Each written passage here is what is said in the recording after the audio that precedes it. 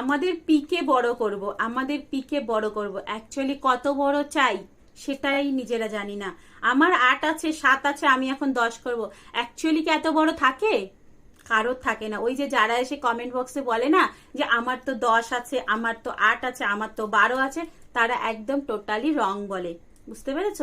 কিন্তু যাদের 2 আছে, 1.5 আছে, তাদের কি, তাদের কিন্তু ছোট আছে, তাদেরকে ইনক্রিজ করা প্রয়োজন। যদি কারোর 3 থাকে, 4 থাকে, সেটা কিন্তু বাড়ানোর কোনো প্রয়োজন নাই।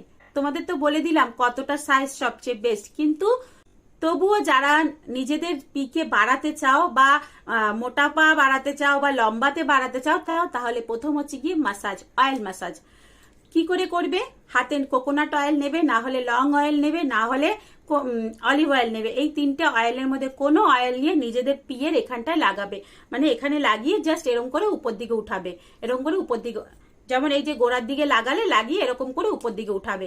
এটা যখন করবে তখন কিন্তু তোমাদের পিটা অনেক লম্বা হবে। কেন বলো তো?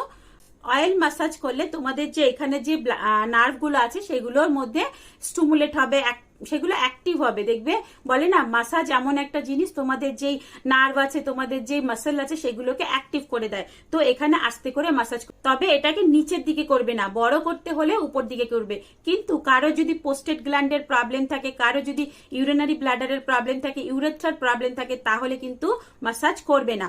যারা নর্মাল আছে তারাই কিন্তু এরকম উপর দিকে টানবে। আর কতটুকু টাইম করবে? জাস্ট 10 সেকেন্ড থেকে 20 সেকেন্ড, এর বেশি কিন্তু তোমরা যাবে না, তাহলে তোমাদের কিন্তু লিকুইড বাইরে চলে আসবে। তাই এইটুখানি টাইমে অয়েল নিয়ে সুন্দর করে মাসাজ করবে, ঠিক এরকম করে, এরকম করে ধরে এরকম করে মাসাজ করবে।